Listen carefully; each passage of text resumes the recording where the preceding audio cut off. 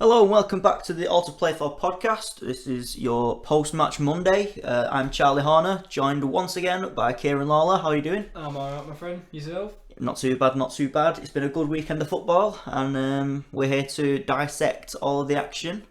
Well, it's been thoroughly enjoyable, I think. Yeah. Still more to come. Obviously, tonight as this gets uploaded, it's Man United versus Wolves, which we'll touch on later, but just means it's going to get even better. Yeah, I'm looking forward to that game actually. It's going to be quite an interesting game. Two attacking sides going at each other. But where do you want to start this week? Do we start with the controversial game? We're not going to talk about VAR because we are a VAR-free podcast. But I think it's only right that we start with the biggest match of the weekend. Manchester City versus Tottenham Hotspur. Yeah, we can touch on it. I mean, if you looked up a definition of smash and grab in the dictionary, I think this would be right up there with the biggest smash and grab performance since Celtic versus Barcelona, where they managed to win with 2 shots. But I tell you what, overall, the highs and lows, it was an overall enjoyable game. I think there was more enjoyable games of the weekend to watch. For example, I personally preferred the Chelsea-Leicester game, but in terms of an absolute roller coaster of a game, this is it delivered, is what I'm going to say. Yeah. It was billed as the big game of the weekend, and it delivered for me. Yeah, it didn't disappoint at all. And controversy aside, it was a very enjoyable game. What I will say about this is this is no analysis or anything, but VAR cost some guy 45 grand because he had a big accumulator of teams to score in both halves. Yes, I saw this. The one game that let him down was City Tottenham. Oh, I saw that, and do you know what? I feel for these people, because how you can get your hacker to 5:30 without it already messing up, I don't know how he does it. You know, Yeah. Mine's gone by 12:30, but yeah, it's tough. it's unlucky. And if it's you and you're listening, commiserations, mate. But the game itself kind of went how you expect it in terms of the patterns of play. City dominating, controlling possession, creating chances. What I will say though is they probably lacked the quality in the final third. That we usually see. Yeah, the usual ruthlessness of City wasn't there. But I also don't think Spurs showed their best either, because No. as I said, to be honest, as we said if you listen to the commentary when we was watching, I completely agree with what I think it was maybe Lee Dixon said. It just looked slow and lethargical from Tottenham. They didn't really seem up for it, but I tell you, you can't take it away from them because of the performance. But I also don't think City showed a ruthlessness maybe that we've seen them do to, like, you know, when they take teams to the sword, basically. They didn't really do that in this game. They were never out of sight. No, and they did underperform on expected goals. If you looked at the expected goals for the game, it was City's expected goals was 3, and Tottenham's expected goals was 0.22. Which tells the tale of the story in terms of how it went, in terms of City controlling the play and creating the more chances. But Tottenham, they'll be disappointed with the performance, but with the result, they'll be delighted with that. That is one of them where you go, I don't care how we do it as long as we get the points. Yeah. And for them to go to the Etihad and have 3 shots, one of them from the halfway line, so I'm not classing that as a shot from Harry Kane. That's 2 shots. It's, in a weird way, almost a near perfect performance. Yeah. If you look at it in that retrospect. I tell you, it was weird because I don't know if City took the foot off the gas, but that first goal by Lamela, I think Edison's positioning was all over the shop, weren't it? And I'm going to admit he's a world-class goalkeeper. Yeah. But he was too far over. I'm not one to tell him how to do his job, but if he's more central, it wasn't right in the corner. But good goal by Lamela. And then within 20 seconds of coming on the pitch, the corner comes in. Who rises highest? Lucas Moura. It was really odd that, weren't it? But it was a great. Tell you what, Pochettino take all the credit for that. He was like, I knew he'd do it. I sent him on for the corner because, you know, he's a big man. This is the thing, when we were talking about the preview show, we went, oh, they don't have Llorente anymore. What are they going to do when they try and play a different brand of football? Whack Lucas Moura as your target man. Hit it up there and get it on his head. Yeah, I think if we talk about the goals in general, I think my favourite goal of the weekend was actually Raheem Sterling's, just purely because of that cross and I don't know whether you call it a cross or just a long ball from Kevin De Bruyne, but that pass was unbelievable. Put it on absolute plate for Raheem Sterling. And to be fair, heading's not his strong point either, but he finished that one well as well. Headed it right. I'll tell you what, there's strikers in the Premier League that don't hit a header that well in the league, and it was a real masterclass of Kevin De Bruyne passing. Yeah. This weekend, and he took on the captaincy, which he may be a leader on the dressing room, I don't know, but he didn't seem to bother him at all. He played his game, and to see last season where Kevin De Bruyne has missed a majority part of the season, and God bless, I hope he doesn't this year because he's a world class player, and I hope we get to see him as much as possible. But they're a scary team without De Bruyne, and now with De Bruyne, the man has got, honestly, 2024 vision. I don't know what to call it. It's to spot that run. Sterling played a big part in it because he made the run, but to spot that he's got simple passes left and right he could just make, but that ball on a plate for Sterling, and all he had to do was finish it off. Yeah, he's got probably the greatest range of passing in world football for me, and but again, Raheem Sterling, with his running behind, it's a run that not many players would dare to make. You can see he's a man in form with plenty of confidence. Is he a potential outside shot for Golden Boot this season, maybe? Seems like he's got that killer instinct. I was going to say, there's early contenders. I mean... Teemu Pukki. Do you know what? Why not? I think, for me, he could definitely be up there. It's a bit of a struggle because Man City scores so many goals. However, he's not. We've got to remember he's not a striker. He plays on the left, and he might not always find himself in them sort of positions. He seems to do it all the time now. But for example, an Aubameyang or Lacazette, when they play straight up front, that's their sole focus, is getting goals. Whereas Sterling needs to direct run down the wing. He's got to cross the ball because that's his job. His job isn't just scoring goals, so he's definitely up there. But I feel like a striker will pip him to it. Yeah, I think he's going to be on for. I'd probably expect to be getting around 30 goals in all competitions this season. And I think as a personal landmark, he could get that, and he'd be very impressed with that. And it would really take him to the next level that I think he is on. I think you've got to start looking at him as upper tier of world football.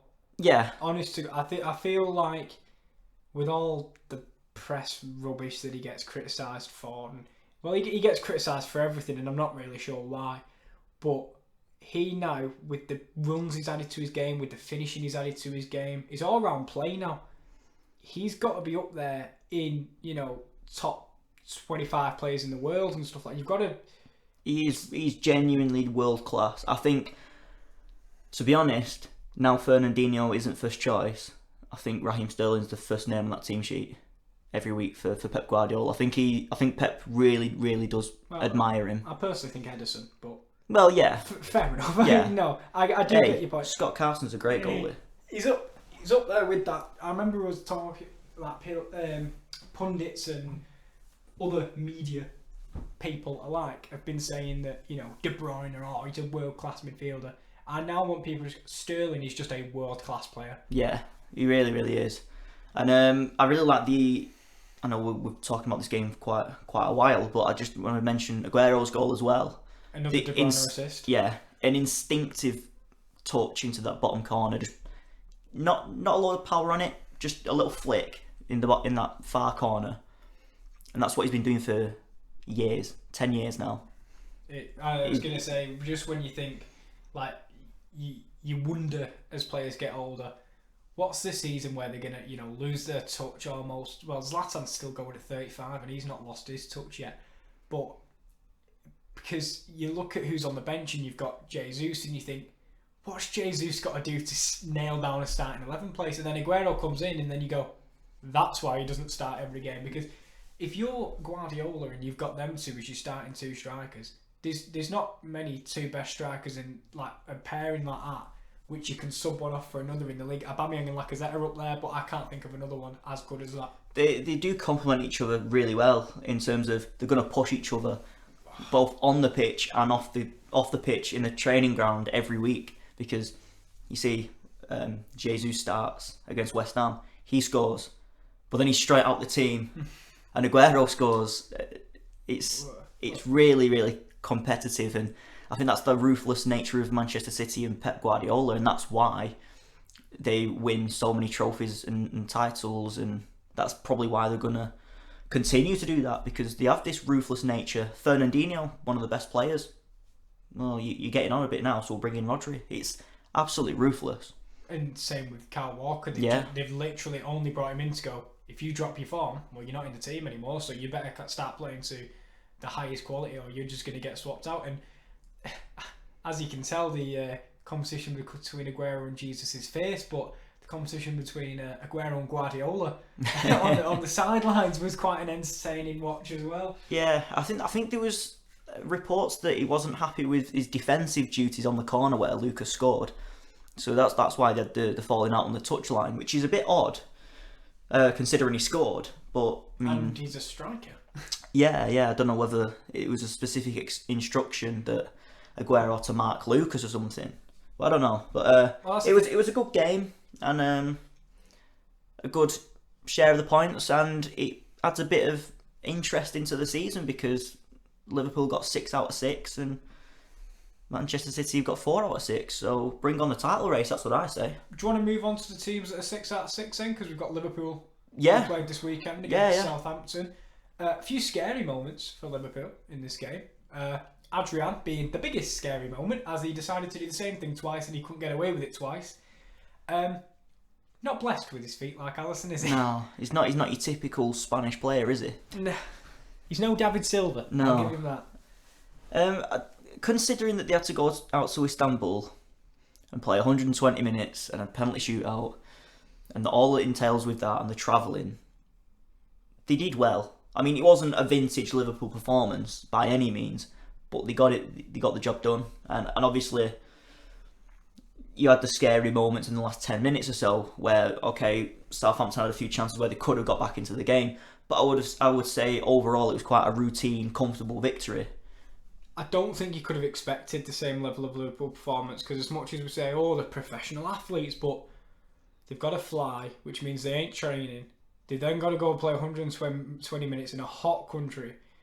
You can see they're all cramping up, they're all getting tired and stuff like that. And we've always said, have Liverpool got the depth to go to a game like that and swap players in with similar quality? And I think, given the circumstances, luckily Chelsea got an extra day, which I said to you, I think they should have given Liverpool an extra day as well, just to be fair, but that's neither here nor there. They still picked up the 3 points. It's one of them where, come at the end of the season, we won't remember the game. There'll be nothing to remember it, but we'll know they picked up 3 points. And as we said with Tottenham, you don't need to blow the world away to get points in this league. As long as you get them, similar to Sheffield United this weekend, who wasn't a great watch, but they got 3 points. That's all that matters. At the end of the season, no one go... For example, last season, no one... Liverpool's played some great football this year. Well, they finished second. That's what they need to do, is they need to grind results when they're tired, when they're down, go out to Southampton and beat them. Even though Southampton haven't had the greatest start, still a good result. Yeah. That's all you can ask for, really. And it's, again, when you've got the ruthless, dynamic, fluid front three, which Liverpool have, you're always going to have a chance in games. And again, it was Mane and Firmino with the goals, and 2 unbelievable goals. I mean, Mane will obviously take the headlines with his emphatic finish against his former club, but the instinctive nature of Firmino to drag it back across goal when most players would aim for the other corner, I think that's a really, really clever finish. And again, it shows why the front three are rated so highly. Oh yeah, it was Goodbye Firmino, because a couple of minutes earlier he'd missed an absolute sitter, and that could, maybe not Firmino because he's been in the game so long, but it can knock a confidence. As we both played up front earlier, you know, if you miss an absolute open net, your confidence is shot. So it's nice to see him come back and just go, right, this is what I'm all about, and bounce back, really. Yeah, it was, again, it wasn't a vintage display, but they got the job done. And for Southampton, 2 games in, 2 defeats. I mean, you can write off Liverpool because you're never really going to beat Liverpool. But it's probably, they didn't really, apart from the last 10 minutes, but that's affected by Adrian's clanger. They didn't really create much, they didn't really cause Liverpool any problems. I would be a little bit worried if I was a Southampton fan, especially because of the defeat last week to Burnley, where you would expect them to score a goal or, you know, create chances where they just looked weak. And I would worry for Southampton. It is one of them though, you kind of take this game with a pinch of salt at the moment, don't you? Because you sit there and think, when you look at the fixture list, if you're a Southampton fan, as much as you go in with optimism and you always believe your team could win, it's one of them where you write it off. I think it's a free hit. Yeah, Southampton's season will be decided against the teams like the Burnleys, against the teams like the Brightons, the Watfords, and them sort of games. So Hasenhüttl's got a little bit more time, I think, to try and get his point across. But as we saw in the Championship, which we talked, Jan Sievert's gone after 3 games. It proves that this is football management is a tough job at the moment, and if he doesn't start picking up considerable results against these lesser teams, I could see him losing his job. Yeah, especially with Southampton, they typically, in recent seasons anyway, have been, you know, chopping and changing managers quite frequently. So I wouldn't be surprised to see him not see out the season as well.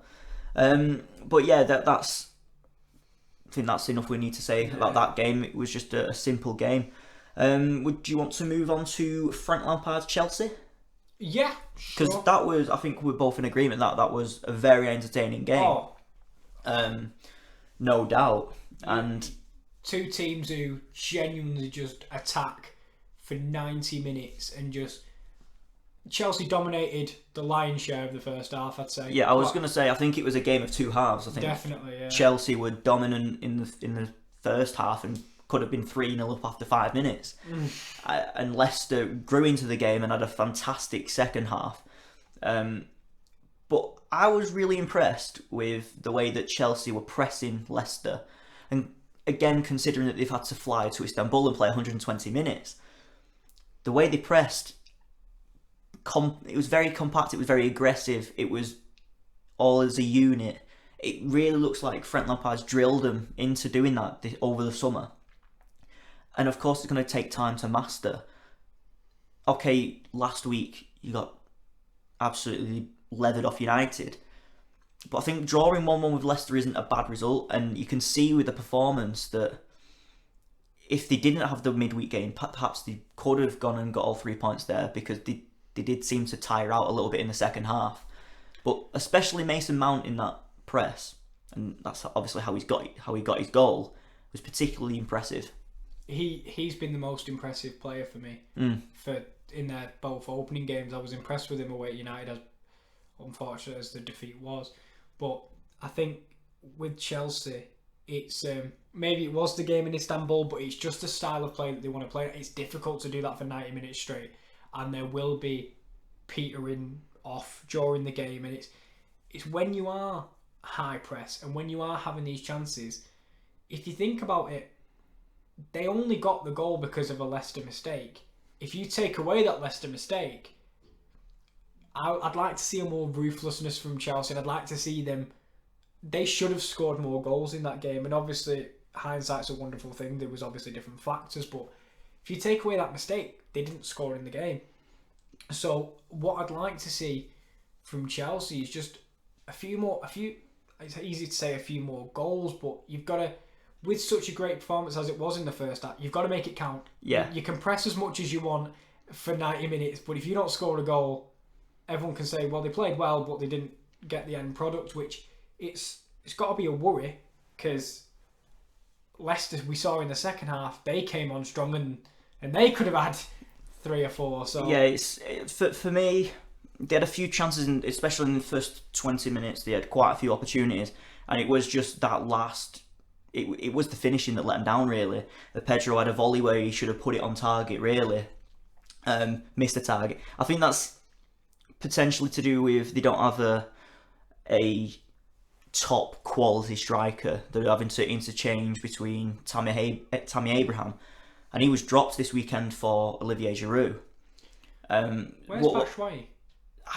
Is he still alive? Have you seen Michy Batshuayi? Let us know, because we're worried. Well, my thing is, why don't they just...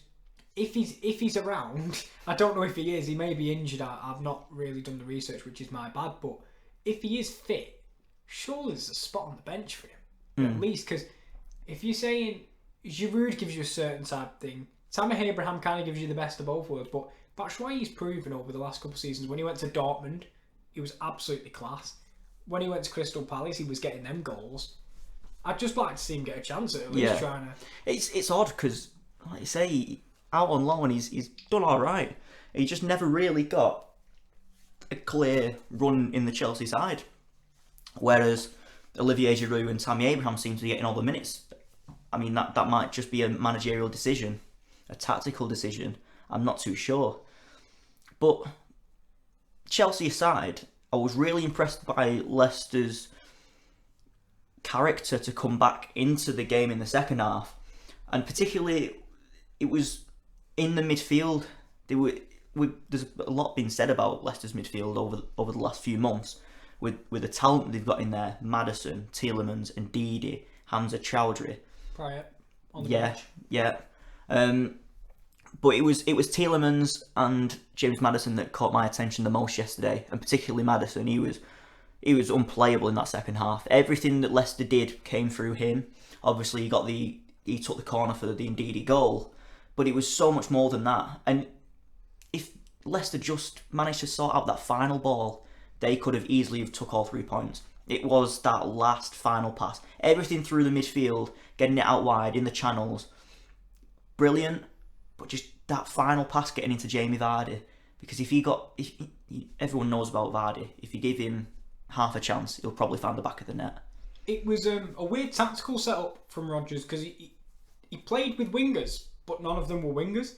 He played with Perez on one side and Maddison on the other. And I'll be honest, it didn't really work in the first half for me. But then when he started getting Maddison running the channels and dropping deeper to pick up the ball and creating play, which is what Maddison is renowned for, is obviously his goal scoring. I think he created more goal scoring opportunities last year than anyone in the Premier League.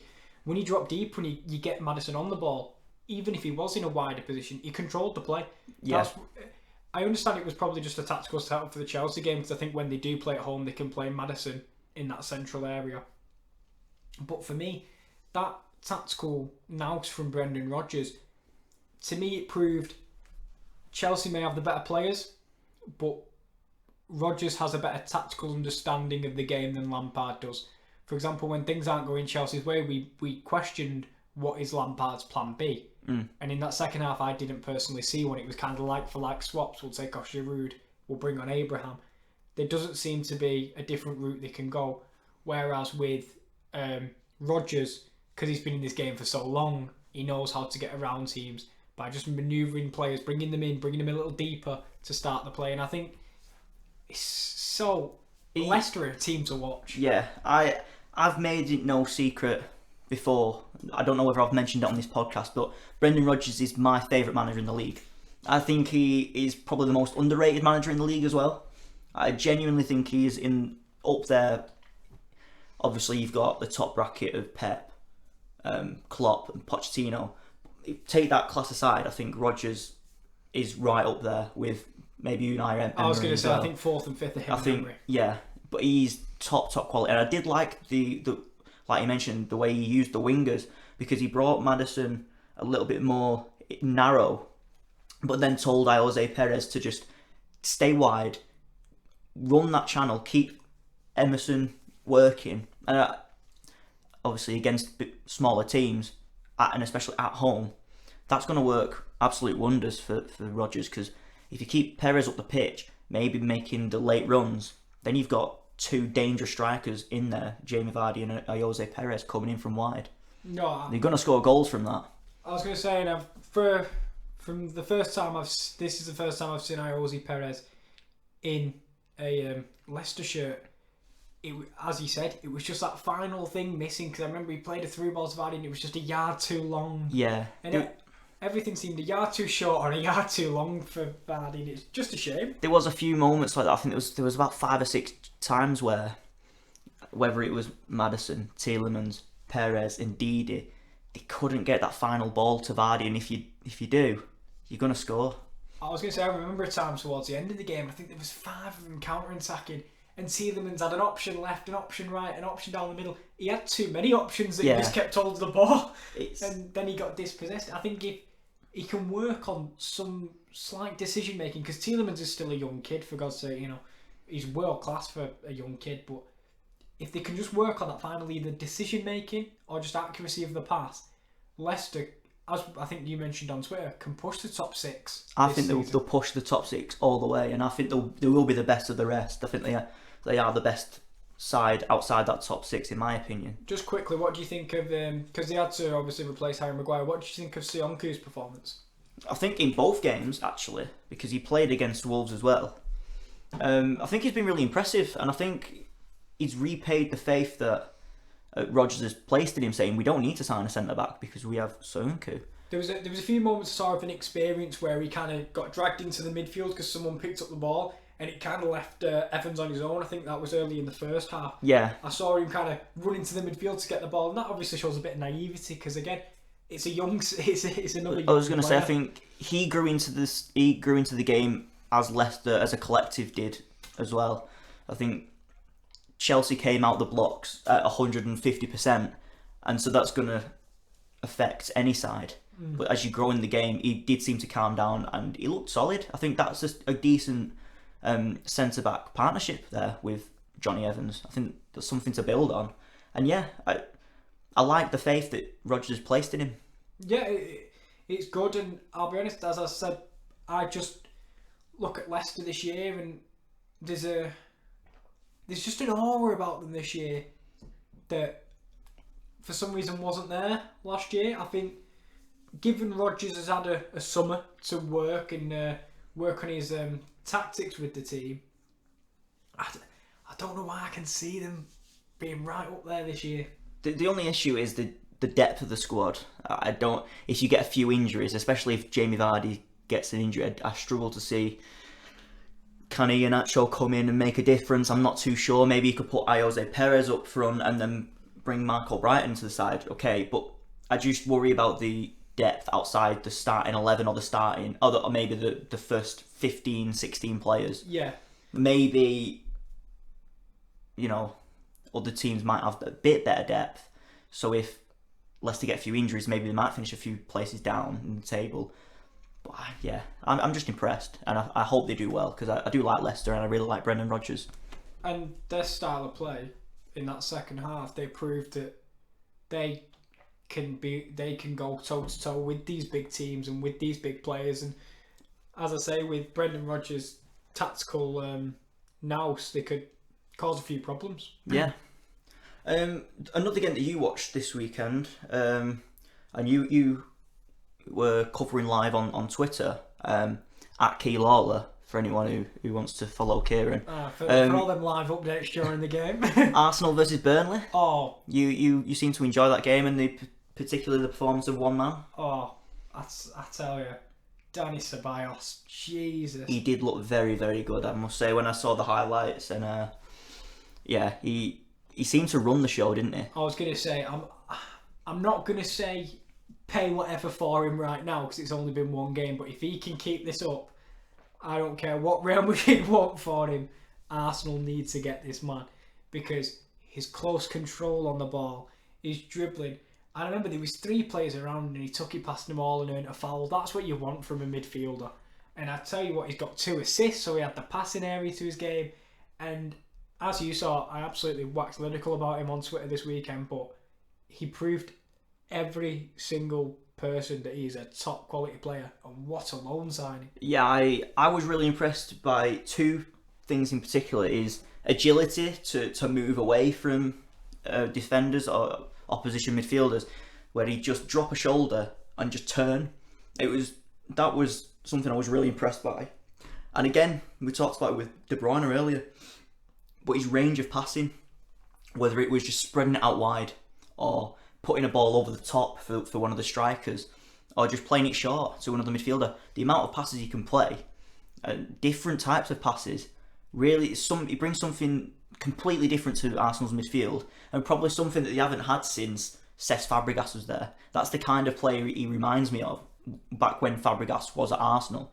Maybe in his later years he changed his style of play a bit, but he does remind me of a young Cesc Fabregas. He's very much a Fabregas-Cazorla hybrid, because he brings that passing of Fabregas, but the agility, the close control of a Cazorla. And what I loved the most was in that first half that led to, I think, the Aubameyang goal, he lost the ball. And sometimes you can see with these nice tactical little flair players, when they lose the ball, they go, oh, for God's sake, I've lost the ball. He went back, he got the ball, won the ball back, and that led to a goal.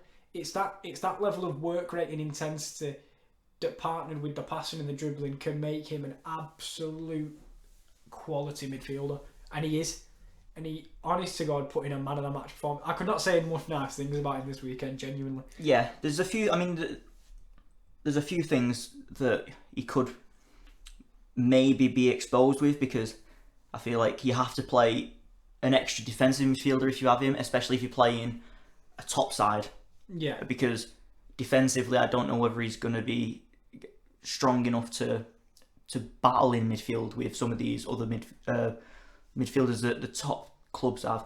Like, say, if you're playing Liverpool, is he going to be able to weave his way through that midfield? I'm not too sure. So you maybe have to play a Xhaka and a Torreira behind him.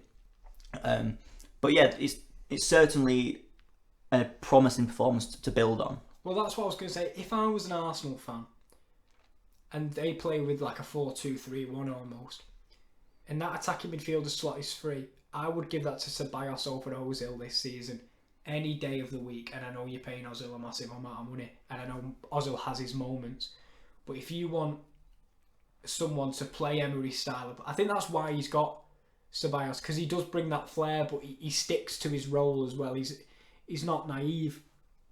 So again, I do think, because they had Willock in there this week, and I'm glad to see him getting another start, because he was great in the Newcastle game, and I don't think he deserves to be dropped personally, but they do play Liverpool next week. So I'd play Ceballos in that attacking midfielder, but drops when they're out of possession.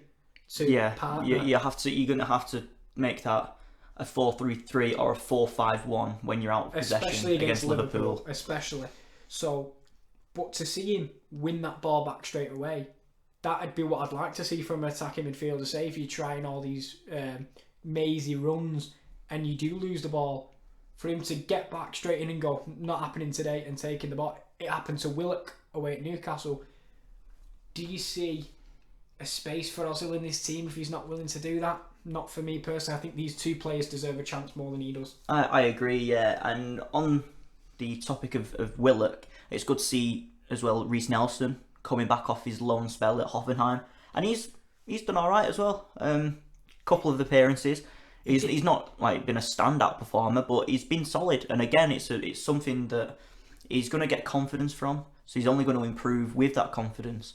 And again, it's good faith shown by Unai Emery in these younger players, in Willock and Nelson. Maitland-Niles as well. Maitland-Niles continues to solidify that right back spot whilst Bellerin is out injured. So sadly, he scored, but it was offside. So it would have been nice to see him get on the score sheet. But I do think, for example, in the game, it was nice to see Pepe come on. Had a few moments. Absolute sent Ben Mee to the shops. He did, and didn't let him return, because what an absolute amazing nutmeg that was. It was beautiful. I've watched that GIF on Twitter so many times. It was beautiful. But obviously, it was a nice win for Arsenal. Mm-hmm. Probably not the most convincing of victories. But it's okay, hard Burnley's against a goal. Burnley side, because it's hard to batter a Burnley side because of how resolute they are defensively. So it obviously for me, Arsenal rely too much on them two strikers. Yeah. They rely too much on Aubameyang and Lacazette, and that's the only issue stopping them being up there. Like me just saying top 4 guaranteed is because they are game changers. But what if they're having a bad day? It's a worry, you know. And Ashley Barnes is back on the score sheet again. It's instinctive finish. And he's season on season, he just improves. And he's turning into a very good Premier League striker. I think only Aguero and Aubameyang have got more goals than him in 2019. And it's just his natural instinct to find the back of the net that is helping Burnley. And again, we saw it at the weekend, his finish. It kind of just... The ball just fell at his feet. And he just thought, well, I'll just hit it. And it was a really good finish into the bottom corner. That's the thing. Burnley tried to do, what I saw tactically, was as many balls in the box as possible. Put it on Leno. Because when Leno comes, he flaps at it. He doesn't really seem to solidly punch it. He kind of just paws it away. So I think that was a tactical thing from Burnley's point of view, and that aids Barnes because him and Wood are forces in the air. But as you say, it reminds me very much of Glenn Murray, because I'm not sure how he scores goals, but he does. But he does all the time. He is one of them where it's like, does he run in behind? No, not really. Does he hold up the play? Yeah, but that's not what gets him goals. And then he just scores goals. He's got great finishing, and he's all credit to him. Yeah, and I think he's going to be the catalyst for Burnley pushing up the table, or certainly comfortably avoiding relegation, because I think they will. Well, they made an impressive start to the season to dismantle Southampton, which we don't really say about Burnley sides that often. We usually think, grind out a 1-0, but destroyed Southampton, and they put in a good account of themselves at Arsenal, where they have a horrific record. Yeah, I was going to say, they certainly won't be disappointed. No. Because again, it's a free hit, you go into a top 6 side away from home, where Arsenal have a phenomenal home record. And you weren't embarrassed. They were in the game. Yeah. Potentially you could say, could they have held out for a draw? But Arsenal have got so much attacking prowess that it's a free hit. It is a free hit, and they can be proud of the performance that they put in.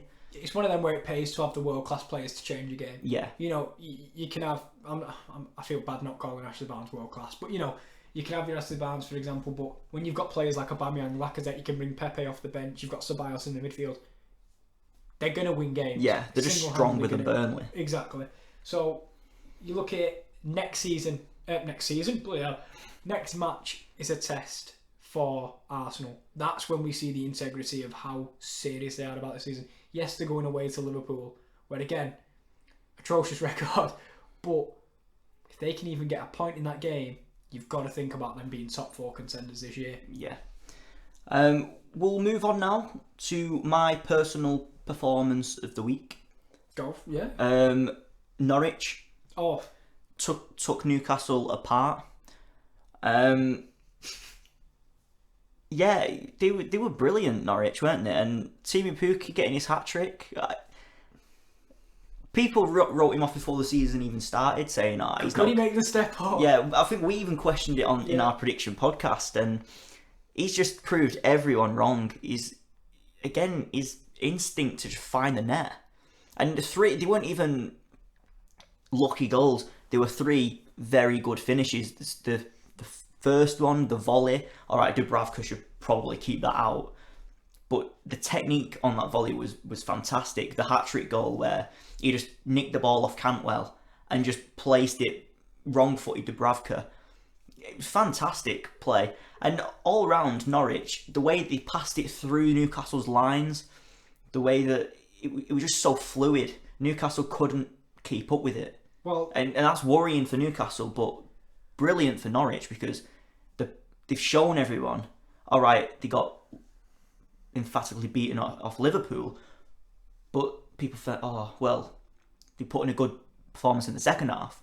Well, they've proved that they are in the Premier League and they're here to stay with a performance like that. We said against Liverpool that their style of play will cause problems for teams, just not Liverpool. Because you can't play that attacking, fluid, expansive style of football when you've got a team that can counter you and play your style of football just better because they've got the better players. We said that they'd cause problems, and again for me, as great as Pukki was with his hat-trick, my player to watch this week as well, Cantwell. Cantwell was so brilliant, impressive. I'll be honest, before this season I've never heard of the guy. I'll be honest. Apart from his part in the Championship last year, but I never thought when I came into the season that in the Premier League I go, oh, I'll watch him, he's going to be a class player in the Premier League this year. But how crucial he's become to that Norwich style of play. Brilliant. And it's nice to see them stick to what they have. Yeah. They haven't, I don't think they've got a single new signing playing, I don't think. No. 12 contract renewals. So they placed in the faith in those players who got them promoted. And again, the fullbacks, Max Aarons had a great game, Jamal Lewis had a great game. The defence looks solid after a bit of a nightmare against Liverpool last week. But it was the way that they passed it out from the back through Newcastle's midfield with ease. And then once you're up against the defence, they just cause problems all game long. And I've got to give it to Daniel Farke. He's created a very good side there. I was going to say, I do think the reason they can play with the same players they had last year is because they've clearly got the quality, but also just Daniel Farke's tactics. Yeah, I feel like he's a little bit naive against the bigger sides, and we might see a few times this season where they will get leathered, just because they're trying to play this open, expansive game. Maybe you've got to play a little bit more conservatively, but again, there's the other side of the coin where you can go, well, he's sticking to his principles, his footballing morals, saying, no, I'm not going to park the bus. I want to play an open, expansive game, which is then going to help him against the Newcastles, against the Crystal Palaces, against the teams in and around him, to help him get 3 points, especially at home. But I was going to say, people are going to struggle going to Carrow Road. But also, you think, for me, what it's similar to when Wolves came up last year, and they've not changed their style of play once, I personally don't think. And that caused problems against a few of the bigger teams. I don't think Norwich's will, just because they are so expansive, and the better teams with the better players can kind of see through that screen. But at Carrow Road, when they're facing, I think, even teams like Leicester and Everton, they're going to go there and they're going to struggle, because I think, as when people go to Molineux, people are going to fear going to Carrow Road this year, just because what if they tear us apart like they did to Newcastle? Which it's exciting for Norwich fans, I've got to admit, because last time you came up, should I say, you kind of left on a bit of a whimper. But with this new exciting style of play, with this new exciting manager and this new young team, lots to be positive about. There is definitely lots to be positive about. And on the flip side, for Newcastle, it didn't look good. The defence was weak. The midfield it just wasn't there. From the chances they did create, Joe Linton missed a header from 5 yards out. For me, I don't see any positives from that performance. Like you can say John Joe Shelby, what a goal in injury time, but that's all it was, a consolation. But you've got to put in a better performance than that. There's got to be more character, more fight from that team. I just don't see it. And no, the way that they got through, Norwich played through them so quickly and so easily. I don't see they need a combative midfielder for me who's going to protect that back four, and they just don't seem to have it. For as much as they need creativity and goals, if they don't have protection for that back four, which is weak, Rafa Benitez made that back four overperform for 2 years. Other than Jamal Lascelles, I don't really rate the defence. They just don't have any protection, and I worry. But just no. I just don't think Steve Bruce is tactically. He's not. I don't think he's clever enough tactically to do the kind of things that Rafa Benitez were doing and help Newcastle climb up the league. I think it's going to be a big struggle for him this season, and that's my biased aside. No, I know. I think it's one of them where it's very much.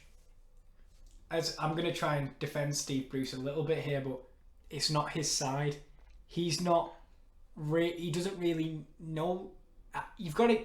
It's hard because when you're at Newcastle, the fans are expecting so much in such a short space of time. They didn't want to come into this season and be on 0 points. They are on 0 points. Yeah. I was going to say, I'm not making a big thing here, but They don't want to be on 0 points, and it won't be long because it was met with criticism anyway. The appointment of Steve Bruce, it won't be long before they turn on him. So he's only got, I'm gonna say, 5 to 7 games maybe before, if the fans haven't seen any, they already boycotted the first game. You know, if they haven't seen any improvement, it's going to be a worrying time because they have got good players.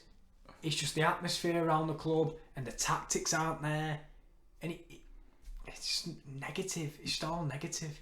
Yeah, it's not a great situation for Newcastle at the minute, but unfortunately, I say unfortunately, I think it's brilliant, but I don't see Steve Bruce being sacked at any point of the season because I just don't think the hierarchy of the club particularly care. Like, they didn't really care. They got rid of Steve McLaren because it looked inevitable that they were going to get relegated at the time. So they chopped and changed, and when a manager like Rafa Benitez is available, you go for it. But with Steve Bruce, I think he's the perfect yes man. He's already been talking glowingly about the hierarchy of the club, saying how much Mike Ashley is a great guy and stuff. I think it's just, they're like chalk and cheese. It's a great relationship for them two, but it's the ultimate yes man. Yeah, it doesn't look good. It's, in a word, it's toxic. Genuinely, it is toxic. It feels like a toxic. I don't think as a player it'd be a nice place to play right now, and I No. think that might be reflected in the performances because they've gone out and I think the signings they made were all right. They spent money. The fans can't have a go for not spending money because they spent the money. But I personally don't think Steve Bruce is going to get the best out of a St. Maximin or a Joe Linton. But anyway, you know. But yeah, that's enough. I don't really tend to talk about Newcastle. That is enough for 1 week. But that was the performance of the week for. Yeah, for me, my performance of the week was Norwich. Do you have a performance of the week that My performance of the week. before we just run through the results and some of the what? goings on in the Championship? I think overall I'm going to go with Leicester. Leicester. They impressed me a lot. Yeah, they did impress me a lot, especially in that second half. And my player of the week, I think yours will be Ceballos. Yes. My player of the week has been James Maddison. I was really impressed with his second half performance. Nothing. I Got don't the think. assist. Just to mull over the games, it was Arsenal beating Burnley. Yeah. Bournemouth beating Villa at home. Shock for me. Villa probably deserved the point out of the match. All in all, they created quite a lot of chances, especially in the second half, and they'll feel a bit aggrieved that they didn't Goal go of the on. week, Douglas Luiz. Yeah, what a goal! Atone for his error.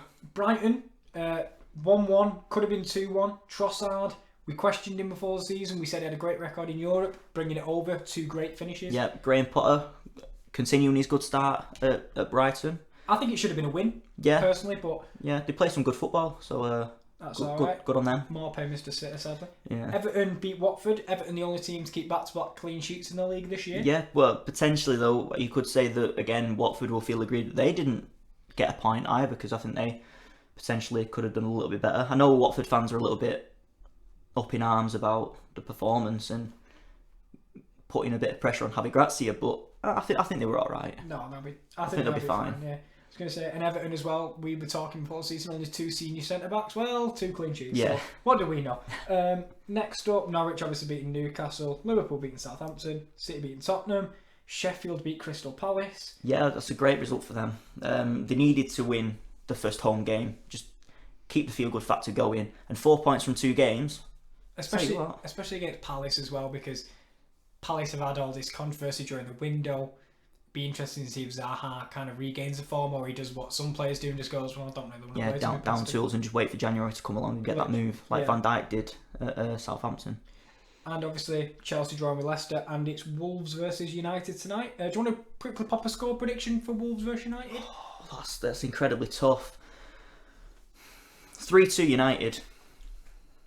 That was my scoreline. I'm gonna go 2-2. I'll go 2-2. 3-2 Man United. Rashford, Pogba, Martial. It's inevitably going to be 0-0, isn't it? Probably. But I'm excited to see 2 sides who counter-attack. 2 counter-attacking sides going at each other. I think it's going to be fireworks. I think it's going to be a great game. I hope it's like the second half of Leicester versus Chelsea. Under the lights at Molineux. It's going to be a tasty game. Do you want to mull over what the action in the Championship. Yeah, we'll start with the most important game of the Championship weekend, which was Hull versus Brentford. Yeah. So, overall, I said last week on the podcast I was nervous for this game. And, well, how wrong was I? There was absolutely no need to be nervous because we went to Brentford, Griffin Park. Last game at Griffin Park, sadly, for the away supporters. But we went and I say we thoroughly impressed. As I've said to you how important it'll be this season, Kevin Stewart was absolutely incredible. The way we play football now with that pressing game, he just fits the mould perfectly. And it was good last season, but this season took it to an absolute another level. I think the man on Gillette Soccer Saturday said we had the two best players on the pitch in Bowen and Stewart, which, considering how talented Brentford's side is, that's quite high praise. We took lead through Jared Bowen. Living La Vida Loca picked it up on the edge. By the way, that's Leonardo da Silva Lopez, for anyone who doesn't know. Picked it up. He had to play right back in the second half, which we brought him in as a centre mid, but whatever tickles your fancy. You're doing a Luke 09. Yeah, I was going to say, whatever you want to do, you know. He picked it up, disguised as if he was going to either play a ball infield or shoot, and he slotted it through to Bowen. Starman on the right scores again. And sadly, their goal came out of nothing. The two best players on the pitch clashed in the middle and hit heads, and the ball fell to Brentford, sadly. It's just unfortunate. It is. If I was Kevin Stewart, I would have stayed down with a head injury and the ball would have had to be stopped, but he's not that type of guy. Yeah. But overall, I'd say an impressive performance for us on the weekend. And a good start. Oh, I'd say so. Positive start to the season for the Tigers. Grant McCann, you're a big fan, aren't you? Love him. Absolutely love him. I think the way he plays football, it's exciting because that's the way football's going now, is that pressing style. I think Klopp was the first to bring it over, and people have picked up that this might work. I would argue that Pochettino started it. Do you think? I think, when he came to Southampton. Fair enough. But whoever brought it over, it's become the new... It's the trend. It's the new it thing in football, isn't it, you know? But Tiki-taka's so 2009. I'd say away to Brentford haven't really got it going yet, so maybe we've caught them at the right time before they're in their free-flowing state. But away at Swansea, we were unlucky to lose. Beat Reading, who this weekend looked unbelievable, beating Cardiff 3-0, so that looks like an even better 3 points for us. And a draw away at Brentford, 1-1-1. Could I have expected better? Not really, considering the state of the club at the moment with the ownership and everything else. But God, hope's a bad thing because you get hooked on it, but we may push for playoffs. Oh, I've said it now. It's the hope I can't stand. No, it's awful. Elsewhere in the Championship, we've had the first managerial casualty of the season, and it came 3 games in. Huddersfield parting company with Jan Siebert. Probably deserved. It's been a poor start. I think it was coming off the back of a horrific season last season. There just hasn't... It's not just the results, it's the performances. I don't think they've been convincing enough. There's no signs in the performances that results are going to get better. In Carlin Grant, you've got a goal scorer, but he's hitting the net from the spot. There's nothing really coming from open play. Not this weekend. Well, yeah. Class header, by the way. Class header. He had to generate all the power himself. I thought it was a great save, but he'd crossed the line. I didn't know that.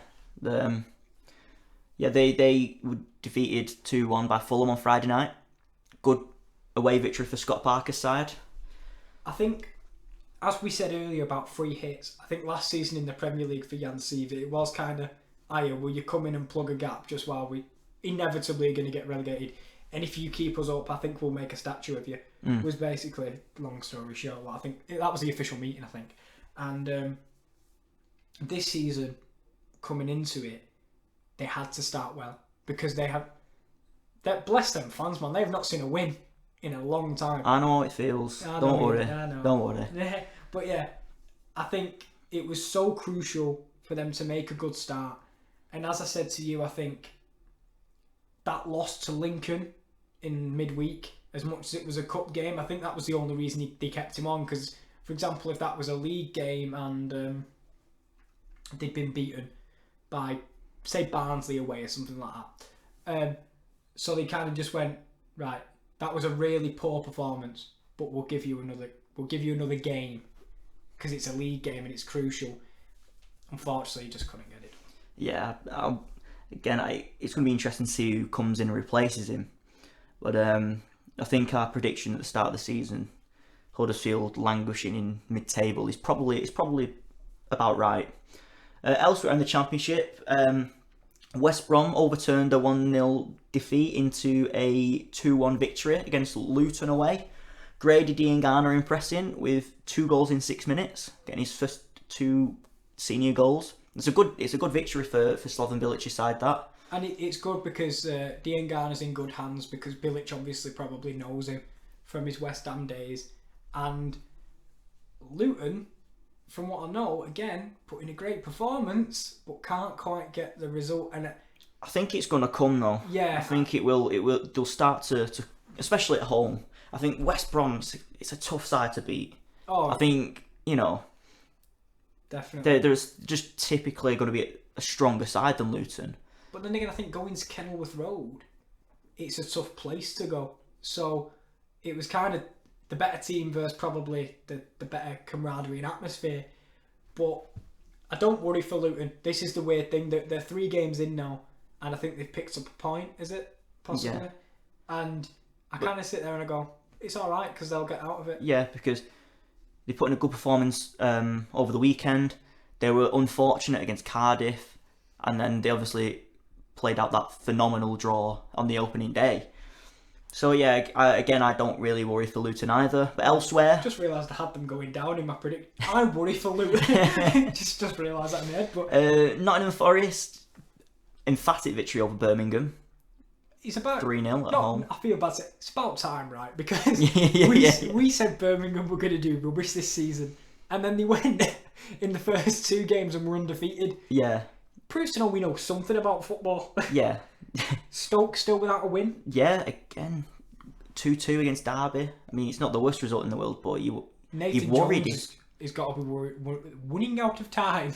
Yeah, you're going to be worried if you're a Stoke fan because you need some points on the board. Do you think they're going to get themselves out of it with Nathan Jones, or do you think there needs to be a quick replacement? I think he's proven he's a top quality manager. However, I don't think he'll see out the season. No. I think there's too much damage at Stoke. There's still suffering from relegation hangover, I think. And I know a lot of the squad's been turned over from that time, but it's just a general feeling around the football club. It's just a bit sour at the minute, and I know a couple of Stoke fans, and it does feel a bit sour and a little bit pessimistic at Stoke. I think they may change after Christmas if performances don't obviously improve and pick up. I can't see anything imminent in terms of Nathan Jones's position being under threat, but they will like to see results improve very soon. And talking of results needing to improve, Jonathan Woodgate at Middlesbrough, another defeat, this time at Ewood Park, 1-0 to Blackburn Rovers. I feel bad saying it. That's not a good result. That's not a good result. I mean, I like Blackburn, they're a good side, but you want Middlesbrough need to be going there and expecting to get at least a point. And Jonathan Woodgate's not had a great start. You can say it was only a penalty, so they didn't actually concede an open play, but it was the new signing, I can't pronounce Dijksteel. Thank you, I was going to call him Dijksteel. From Charlton. Yeah, so he gave away the penalty, and again, it was midweek where they went 2-0 down to Crewe Alexandra and lost on penalties anyway. He needs to turn results around and fast. Because to be honest, Jonathan Woodgate gets a little bit of leniency anyway because he's a club legend. I think he's going to get time because of that. Similarly to Frank Lampard, I think he gets a free hit. We've mentioned free hits so much on this podcast today, but similarly to Lampard, Woodgate, they will get time because the fans love him so much. But again, it is worrying because Middlesbrough don't want to be languishing down near the bottom of the table. They feel that they should be in the playoffs, automatic promotion. They feel like they are a Premier League club. But what I was trying to say there, sorry I couldn't find the word in my head and I still can't, but he doesn't have the previous experience to kind of point back to. Whereas Nathan Jones could go, oh look what I did at Luton, I did really well, so just give me some time and I'll do it again. Whereas Jonathan Woodgate can go, look what oh wait, I haven't done anything. Yeah, I think he will get the time anyway, because of what what he means to Middlesbrough fans. Yeah. But elsewhere in the Championship, there was an absolute cracker at the Liberty Stadium. Yeah. 3-2. The goals kept coming in that game, and it's a good result for Steve Cooper at Swansea because keeps coming from behind at home. Yeah. And Borja Baston, who absolute renaissance. I was going to say I think most Swansea fans forgot he existed. Yeah. Went out to, I think it was maybe Alaves, and then came back and seems to be a good match winner. Yeah. But Preston could probably, they've made a good account for themselves going there and taking the lead. Probably be a little bit disappointed that they couldn't hold on. I know how it feels. Don't worry.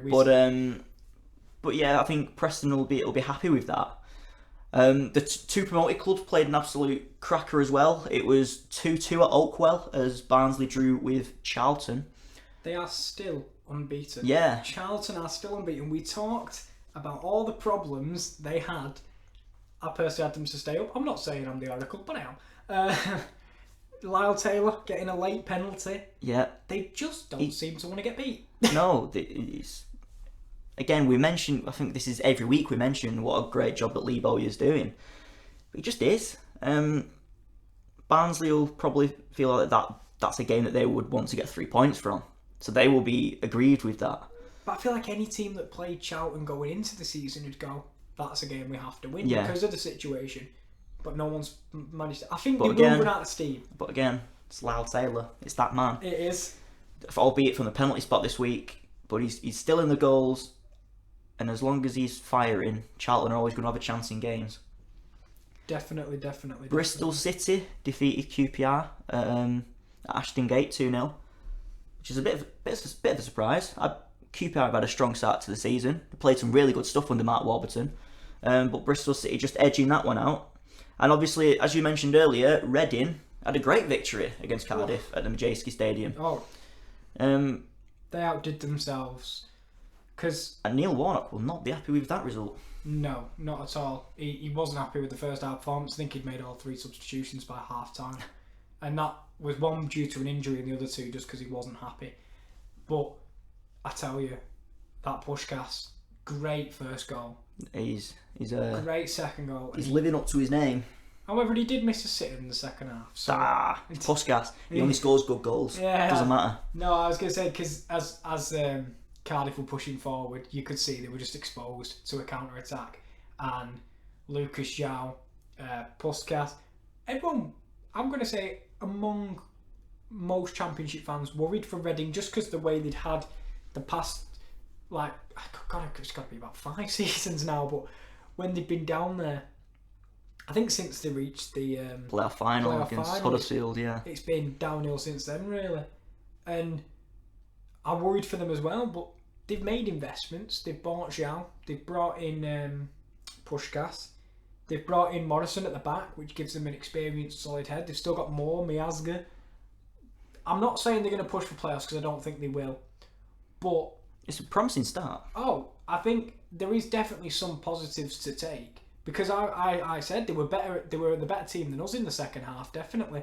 So if he gets them playing how they did against Cardiff for 90 minutes in every single game this season, they're going to score goals. And from what I saw this weekend of the defence, Cardiff would never really look like scoring at all. Yeah, and again, it's a bit worrying that result for Cardiff because they're typically a team of steel.